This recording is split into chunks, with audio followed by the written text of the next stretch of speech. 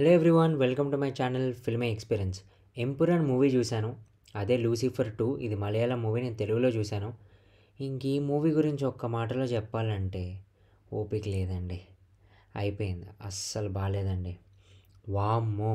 ఆ ఫస్ట్ హాఫ్లో అయితే ఒక 10 మినిట్స్ తెలియకుండా పడుకుండిపోయా. అలా ఒక 10 నిమిషాలు స్లీప్ వేసా. ఇంకా సెకండ్ హాఫ్ అయితే మధ్యలో థియేటర్ నుండి వచ్చేద్దాం అనుకున్నా. కానీ ఇంకా సరేలే, ఎలా అయినా ఈ మూవీ ఫినిష్ చేయాలని కూర్చున్నా. కొన్ని సీన్స్ తప్ప సినిమాలో ఏం లేదు.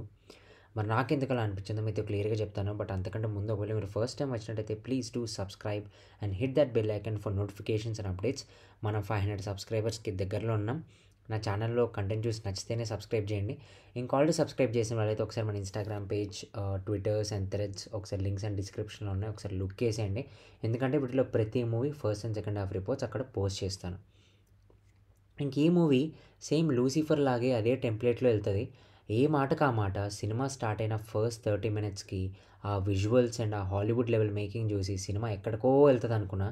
ఇంకా 30 మినిట్స్ తర్వాత కళ్ళు మూసుకుపోతున్నాయి. ఎంత కాన్సంట్రేట్ చేసి చూసినా అస్సలు అవ్వలేదు. అందుకే ఇదంతా కాదని ఒక 10 మినిట్స్ స్లీప్ ఏసా. ఇంకా దాని తర్వాత చూశాను. ఇంటర్వెల్ అయితే నియర్లీ 2 అవర్స్, 2 గంటల తర్వాత వచ్చింది. అసలు ఏంటో అంతసేపు ఏదో ఒక 6 గంటలు చూస్తున్నట్టు అనిపించింది. సరేలే, ఓకే, సెకండ్ హాఫ్ అయినా బాగుంటే చాలు అనుకున్నా. ఫారెస్ట్‌లో ఒక ఫైట్ సీన్ అండ్ ఆ 'మంజు వారియర్‌ది' ఒక పార్టీ రిలేటెడ్ ఒక సీన్ చాలా బాగుంది. అంటే అవి మనకి ఫస్ట్ పార్ట్ గుర్తొస్తాయి. ఇంకా క్లైమాక్స్ అయితే సేమ్ అదే రొటీన్ స్టోరీ. ఇంకా అయిపోతే వెళ్ళిపోదాం అని నేను అనుకుంటున్నా. కానీ సినిమా ఎప్పటికవ్వట్లేదు. అప్పటికే కొంతమంది ఎళ్లారు. వాళ్ళు నన్ను కూడా తీసుకెళ్ళిపోయినా బాగుండేది. కానీ ఇంకా మొత్తానికి ఏదో అలా ఎండ్ అయిపోయింది. అసలు మళ్ళీ పార్ట్ 3 అంట. అసలు ఈ పార్ట్‌కే స్టోరీ లేదు. మళ్ళీ పార్ట్ 3 అంట. ఈ సినిమాకు ఒక దండంరా బాబు అనుకున్నా. నేనెందుకు ఇంతలాగా డిసప్పాయింట్ అయ్యానో మీతో ముందు ముందు చెప్తాను. ఫస్ట్ అయితే హైలైట్స్ మాట్లాడదాం.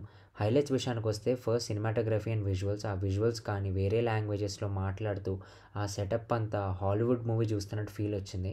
ఫస్ట్ పార్ట్‌లో కొన్ని మంచి సీన్స్ ఉన్నట్టు ఈ మూవీలో సెకండ్ హాఫ్‌లో ఆ ఫారెస్ట్‌లో జరిగే ఒక సీన్ అండ్ 'మంజు వారియర్‌ది' ఒక పొలిటికల్ సీన్ ఫస్ట్ పార్ట్‌ని గుర్తొస్తాయి. లైక్ గుర్తు చేస్తాయి అన్నమాట. అండ్ అంతే తప్ప ఇంకా దీని మించి ఇంకేం లేవు. ఇంకా డ్రాబ్యాక్స్ విషయానికొస్తే అసలు ఆ ఫస్ట్ 30 మినిట్స్‌లో అంతలాగా చంపేసినోడు అసలు క్లైమాక్స్‌లో ఏ రేంజ్‌లో చూపించాలి? అయినా రివెంజ్ కావాలనుకునేవాడు. లైక్ ఇంత నెట్‌వర్క్ ఉన్న అతను ఆ గన్ పట్టుకొని తిరుగుతున్నాడు కదా! ఇన్ని ఇయర్స్ ఎందుకు వెయిట్ చేస్తాడో ఏందో!